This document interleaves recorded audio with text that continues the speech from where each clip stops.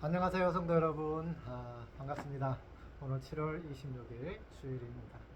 오늘 하나님 묵상하실 본문은 마태복음 28장 19, 20절 말씀입니다.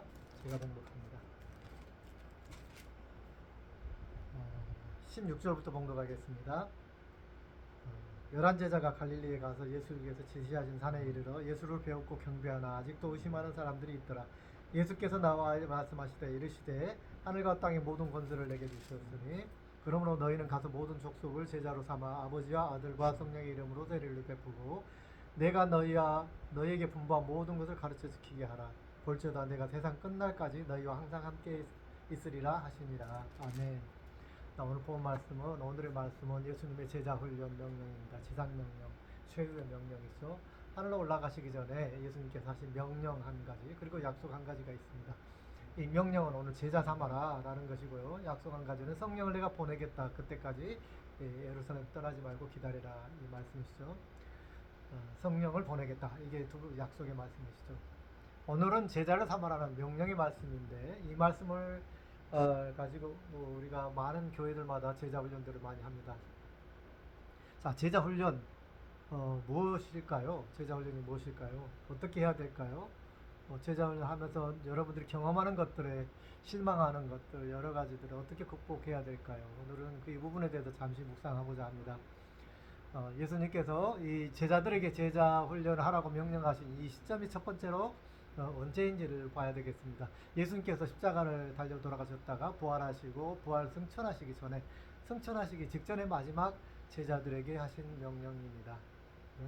자, 이 제자들의 대상이 제자들은 어떤 사람들이었습니까? 바로 예수님께서 3년 동안 동고동락하면서 제자를 삼으셨던, 만드셨던, 훈련시키셨던 그러한 제자들인데 예수님께서 십자가를 지시기 직전에 어떻게 됐어요? 베드로까지, 수두자 베드로까지도 예수님을 저주하면서 배신을 하고 도망갔단 말이에요. 한마디로 예수님의 제자 훈련은 3년간의 그 결실이 실패로 보는 그 순간이었죠. 모든 제자들, 12제자들 다 도망갔어요. 한 사람도 그 앞에 남지 않았습니다. 이런 실패했던 예수님의 제자 훈련이죠.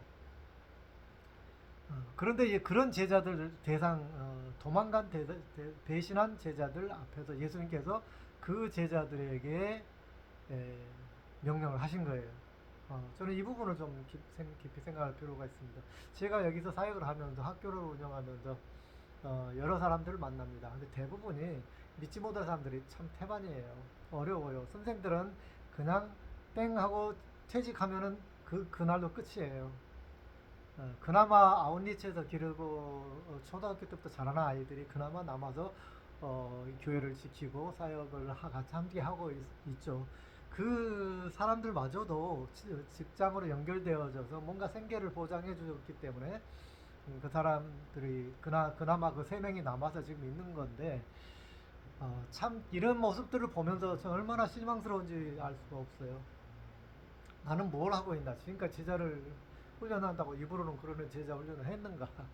여러 가지 회의가 오고 그런 상황이 너무 많이 있습니다. 예수님께서는 바로 그 실패한 제자들, 제가 그걸 느껴보는 거예요. 생각해보는 거예요.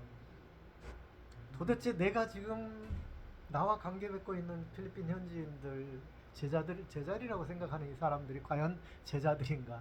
정말 배신하지 않을 그럴 사람들인가? 정말 능력 있는 사람인가? 실력 있는 사람들인가? 정말 내가 제자 훈련을 맡겨도 되는가? 이 학교를 맡겨도 되는가? 라는 걸 생각해 보면 도저히 저는 맡길 수가 없습니다. 신뢰할 수가 없어요. 이 사람들 정말로 내가 이 학교를 맡기고 떠난다고 한다면 정말로 이 학교를 복음의 현장으로 잘 성장시켜 나갈 수 있을 것인가를 생각해 보면 도무지 믿을 수가 없어요. 확신할 수가 없어요. 그런데 예수님께서는 그러한 제자들에게 예수님의 미래를 맡기셨다는 거예요. 정말 충격적입니다. 우리 선교사들이, 한국 선교사들이 현지인에게 이양한다. 선교사가 끝나고 나서 현지인에게 이양할 수 있는 선교사가 최고로 성공한 선교사라고 생각을 합니다. 현지인에게 이양하지 못하고 다시 나 같은 선교사를 다시 대타를 세워서 계속 이어가게 한다. 우리 교단 정책도 그래요. 제가 만약에 은퇴를 하면 누군가가 우리 교단의 선교사들이 우선적으로 이 뒤를 이어가야 되는 거죠. 이거를 원칙으로 삼고 있어요. 물론 현지 이양도 할 수 있는 법적으로는 될 수 있지만 얼마나 인정해 줄 줄은 모르겠습니다. 대부분 그냥 우리들의 의식 속에는 내 뒤를 이을 선교사가 와야 된다고 생각하는 거예요. 대부분 그렇게 생각을 해요. 왜? 내 제자들을 못 믿는 거예요. 지금 현지 있는 제자들을 못 믿기 때문이에요. 저는 오늘 이 말씀을 묵상하면서 저 자신도 생각을 해봅니다. 과연 내가 10년 동안, 20년 동안 길러온 제자들을 믿을 수 있는 것인가? 그리고 이 모든 재산들을 다 이양해 줄 수 있는가? 이 모든 선교센터를, 학교를 다 이양해 줄 수 있는가? 라는 것입니다. 어떻게 해야 될까요? 이 사람들이 정말로 이 적자를 감당하면서 학교 운영해 갈 수 있을 것인가? 그게 불가능하기 때문에 한국 선교사를 연결시키는 거잖아요. 아무튼 본문으로 다시 돌아가 보겠습니다. 자, 믿을 수 없는 제자들이라는 것이 오늘의 첫 번째 핵심인 거예요. 믿을 수 없는, 능력이 안 되는 제자들, 믿을 수 없는, 신뢰가 안 가는 제자들, 배신했던 제자들, 그리고 실력이 안 되는 제자들, 그죠? 이런 제자들에게 예수님이 지금까지 살아오면서 모든 사역의 미래를 맡길 수 있는가? 예수님이 그렇게 하셨다는 겁니다.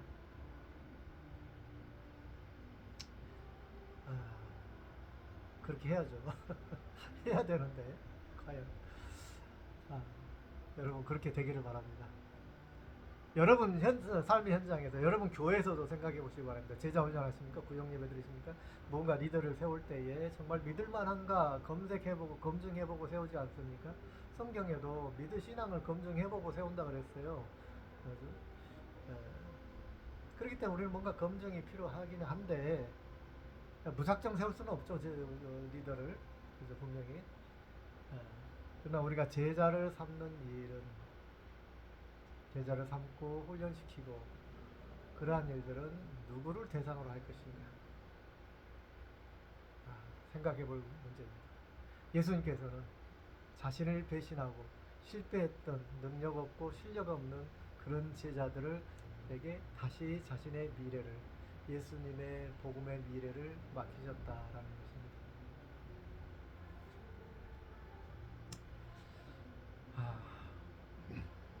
예. 부족한 사람을 하나님께서는, 예수님께서는 완벽한 사람을 찾으신 것이 아니라는 거예요. 처음 제자들을 삼으실 때부터 보면 그렇죠. 완벽한 사람, 지식인, 학벌이 좋고 막 충성도가 좋은 그런 군인이랄까 뭐 이런 사람을 택하지 않으셨어요. 세상에서 별 볼 일 없는 사람들이잖아요. 그죠? 뭐 물론 자기 직업에 최선을 다하는 사람들이겠죠. 베드로 같은 사람들, 업으로서 그래도 이제 뭐 그러니까 잔뼈가 굵은 그런 사람들이긴 합니다만, 그 사회적으로 리더자가 될 만한 사람들은 한 사람도 없었어요. 우리가 보통 사회에서 리더가 되고 그런 사람들 어떤 사람들이니까 학벌도 좋아야 되고요. 다 갖춰져 있어야 되잖아요. 리더십, 팔로워십, 펠로우십이 다 갖춰져 훈련이 돼 있고 인격적으로 훌륭한 사람들, 이런 사람들이 사회적으로 리더가 될 수 있잖아요. 근데 예수님께서 택한 사람들은 그런 사람들을 택한 것이 아니고 사회에서 그냥 뭐랄까 저 바닥 주로 서민 이하의 사람들을만 제자로 삼으셨잖아요. 출발부터가 그랬어요. 그런 사람들. 근데 또 더더군다나 그런 사람들이 또 실패를 했어요. 또 실패했어요. 또 배신했어요. 제가 이 아우니치 사역을 하면서, 빈민촌 사역을 하면서 느끼는 게 있어요. 분명하게 느껴지는 게 있어요. 빈민촌과 서민과는 달라요. 빈민촌은 미래가 안 보여요. 서민 이상은 그래도 말귀를 알아들어요. 빈민촌에서 말귀를 안 알아들어요. 못 알아듣고 교육에 대한 공부를 해야 되겠다 열정도 없어요. 거기는 그저 그냥 동네에서 맨발로 뛰어다니고 그런 아이들이고, 보통 한 4, 5학년 넘어가면 애시당초 교회에 관심이 없어요. 그런 애들은 4, 5학년만 4, 5학년만 넘어가면 교회에서 말하는 찬양하는 거 이런데 거의 관심이 없어요. 흥미를 못 느끼는 아이들이에요. 그냥 흙 만지면서 같이 친구들하고 놀러 돌아다니고 공튀기고 하는 것이 전부인 아이들이에요. 일반 서민들, 우리 학교 아이들은 그래도 좀 수준이 있어요. 학교 아이들은 말귀를 알아듣고 교육을 할 수가 있는데 비민촌 아이들은 교육이 진짜 어려운 애들이에요. 천방지축인 아이들이에요. 이런 아이들을 어떻게 미래를 보고 제자를 훈련시킬 수 있을 것인가 참 암담하죠. 어, 안 하고 싶고 떠나고 싶고 학교 사역만 하고 싶고 솔직히 좀 그래요. 학교 사역 중에서도 초등학교 사역은 참 답답해요. 뭐, 그래도 중고등학교를 가야 그래도 애들이 생각할 줄 알고 어, 선택할 줄 알고 뭔가 좀 그런 게 있는 것 같아요. 스스로 교회를 나올 수도 있고 초등학교 때 부모님 안 데려다 주면 못 오는 거예요. 그런 상황들이에요 다.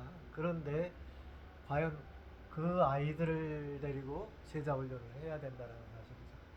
네. 첫 번째 제자 훈련의 대상에 대해서 우리는 뭔가 갖춰지고 가능성 있는 사람들을 찾습니다. 우리들은. 그런데 예수님은 그렇지 않았다는 거예요. 하나님은 그렇지 않는다는 거예요. 불가능하다고 느껴지는 그 사람들일지라도 어, 예수님의 제자들의 대상이 되었다는 거예요. 그래서 예수님께서 명령하시죠. 이 세상 땅끝까지 이르러 모든 사람에게 구별하지 말고 제 제자를 삼으라. 제자를 만들라. 아멘. 네. 왜 그랬을까요? 왜 그럴까요?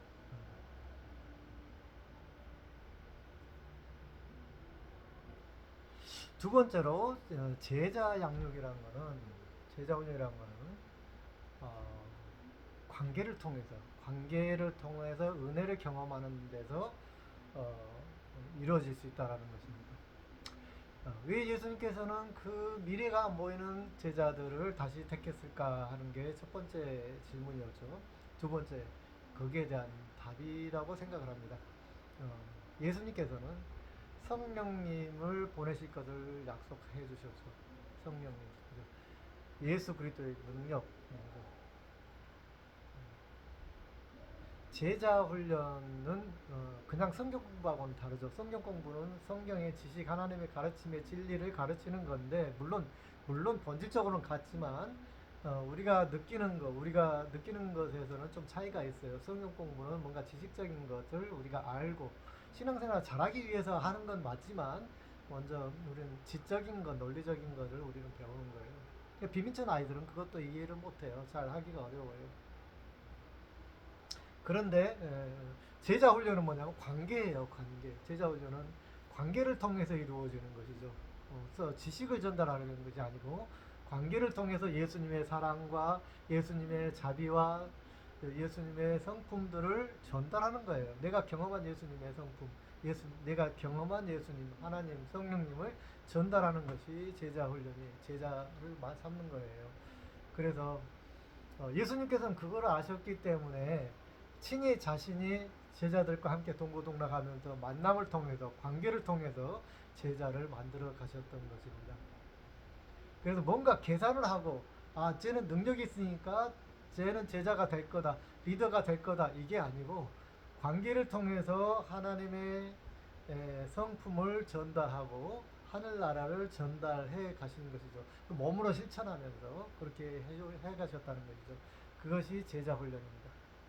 관계를 통해서 제자 훈련을 했을 때 그곳에 하나님의 은혜가 경험되어지고 또 그 관계를 통해서 체득한 그 제자 훈련을 또 다른 사람들에게 관계를 통해서 전달을 하게 된다는 것이죠. 예수님께서는 그렇게 하신 것이죠.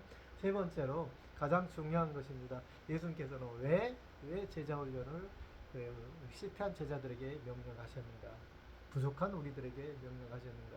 그거는 바로 어, 모든 권세를 내가 받았다라는 부분에 있고 또 세상 끝날까지 너희와 함께하리라고 하는 약속에 있는 것이죠. 어, 우리는 예수님의 그 제자들에게 모든 사역을 맡기고 그냥 떠나버리셨다라고 생각하지만 그게 아니라는 것이죠. 계속해서 그 예수님의 권능과 능력, 십자가의 권세 이것이 계속 제자들과 함께 하신다는 약속입니다. 물론 이게 성령을 통해서 이제 약속이 이루어지죠. 성령 말씀을 통해서 이어지고 성령을 통해서 이어집니다. 예수님께서는 성령을 보내실 것을 계획하고 계셨기 때문에 그 성령이 우리에게 임하시면 이 모든 것이 변하리라는 걸 알고 계셨기 때문에 이 부족한 것이 문제가 되지 않을 것이기 때문에 답은 성령이다라고 예수님은 알고 계셨기 때문에 이 부족한 제자들임에도 불구하고 제상 명령을 하셨던 겁니다. 그리고 우리 제자 훈련의 핵심은 무엇일까요? 결론적으로 하나님이 우리와 함께 하신다. 영원히 이 세상 끝날까지 이거예요. 성령께서 우리와 함께 하신다. 이거예요. 그러므로 우리가 성령이 함께 성령 충만하지 못하면 우리는 결코 제자 훈련을 받을 수가 없는 것이죠. 제자 훈련을 받아도 제자가 되기 어려운 것이죠. 성령 충만이 마지막 답이에요. 우리 능력으로 되는 것이 아니라 첫 번째 질문이 뭐였죠? 부족한 실패한 제자들을 왜 하나님은 다시 제자로 삼으셨다는 거잖아요. 왜죠?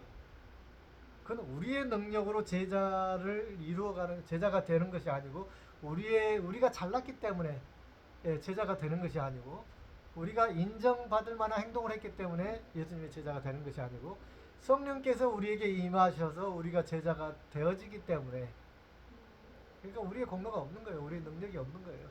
그렇기 때문에 아무리 빈민초나 아이라 할지라도 성령이 임하시면 하나님의 훌륭한 제자가 될 것이기 때문에 예수님께서는 상관하지 않으시고 모든 사람들을 이게 제자를 삼으라 하셨던 것입니다. 물론 이거는 하나님께서 모든 일을 다 사랑하신다라는 그 명제 안에 들어있는 거예요. 하나님은 모든 인류를 사랑하십니다. 모두가 다 하나님의 자녀가 되기를 원하신다는 하나님의 크신 사랑이 전제가 되어 있는 일이기도 합니다. 자, 그래서 제자 훈련의 핵심은 뭐라고요? 마지막 핵심. 하나님께서 항상 끝날까지 성령께서 이 세상 끝날까지 내 인생 끝날까지 함께 하실 것이다. 함께 하시겠다. 라고 하신 이 약속 때문에 우리는 제자 훈련을 할 수 있게 된다라는 것입니다. 여러분, 그래서 우리가 삶의 현장 속에서 또 교회의 섬김 속에서 또 우리가 가지고 있는 어떤 비전 또는 사명 안에서 무엇이 가장 중요한가? 바로 성령이라고 할 수가 있습니다. 성령 충만. 성령께서 함께 하시는 것이 우리 가장 중요하다는 것입니다. 성령께서 함께 하심을 통해서 선교로 오시기 바랍니다. 정말 성령이 함께 하지 않으시면 모든 게 엉망진창이 될 수밖에 없는 것이죠. 아무리 우리 능력으로 하려고 해도 되어지지 않는 것이 바로 이 제자 훈련이라고 볼 수 있습니다. 그런데 여러분, 오늘 제자 무엇인가, 제자란 무엇인가, 왜 예수님은 실패한 제자를 다시 세우시기를 원하셨는가, 깊이 묵상하시면서 우리들의 구역 또는 셀그룹, 우리들의 신앙생활 또는 우리들의 제자 삼는 일들, 우리 전도하는 일들, 모든 일들 가운데 성령께서 임재하시고 함께 하심 속에서 성령의 권능으로 이러한 모든 일들이 이어지기를 기대하고 기도하는 저와 여러분이 되시기를 간절히 축원합니다. 아멘. 기도하겠습니다. 영광의 주님 감사합니다. 오늘도 성령 안에서 성령이 답입니다. 성령 안에서 이 모든 것들이 이루어지길 원합니다. 우리는 인간은 항상 찾습니다. 될 만한 사람, 싹부터가 다른 그런 사람들을, 그런 존재를 우리는 찾습니다. 그러나 하나님께서는 하나님의 능력으로 이 모든 일을 하실 것이기 때문에 그러한 싹하고는 상관이 없으십니다. 누구든지 어떤 사람이든지 성령이 임재하시면, 성령이 임하시면 다 변한다라는 것입니다. 그렇기 때문에 우리 모두에게 어느 곳에든지 땅끝까지 이르러 내 증인이 되라고 말씀하셨습니다. 주님, 이 하나님의 뜻에 우리가 반응하는, 전적으로 신뢰하고 반응할 수 있는 하나님의 제자들, 자녀들이 되게 하여 주옵소서. 우리의 삶의 사역의 현장 속에서 정말 실패할 것 같고 부족할 것 같고 능력이 없어 보이고 불가능할 것 같은 그런 대상자들까지도 주님의 마음으로 성령의 권능으로 그들과 함께하는 제자 훈련이 되어지는 하나님의 자녀들 되게 하여 주옵소서. 이제는 우리 주 예수 그리스도의 은혜와 하나님 아버지의 무한하신 사랑과 성령님의 교통하심이 땅끝까지 이르러 예수 그리스도의 제자의 사명을 감당하기를 사모하고 힘쓰고 애쓰는 아버지의 자녀들 머리에 이제부터 영원까지 함께 하시기를 간절히 축원하옵나이다. 아멘. 할렐루야. 한 주간도 승리하시기 바랍니다. 아멘.